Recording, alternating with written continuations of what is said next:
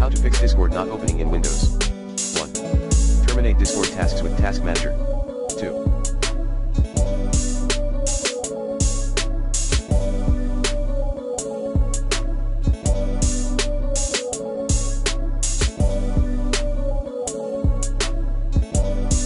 Set your date/time automatically. 3.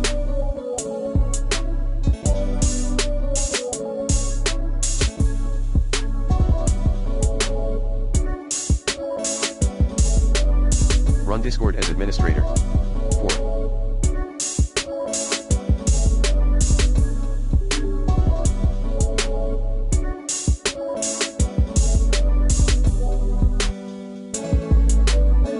Disable your proxies. 5.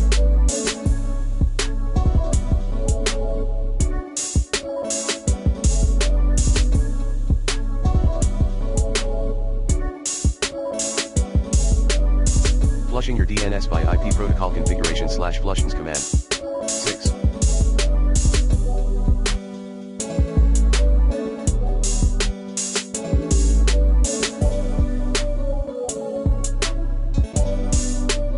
Remove, using the recommended uninstall tool pro in this video guide, then reinstall the Discord.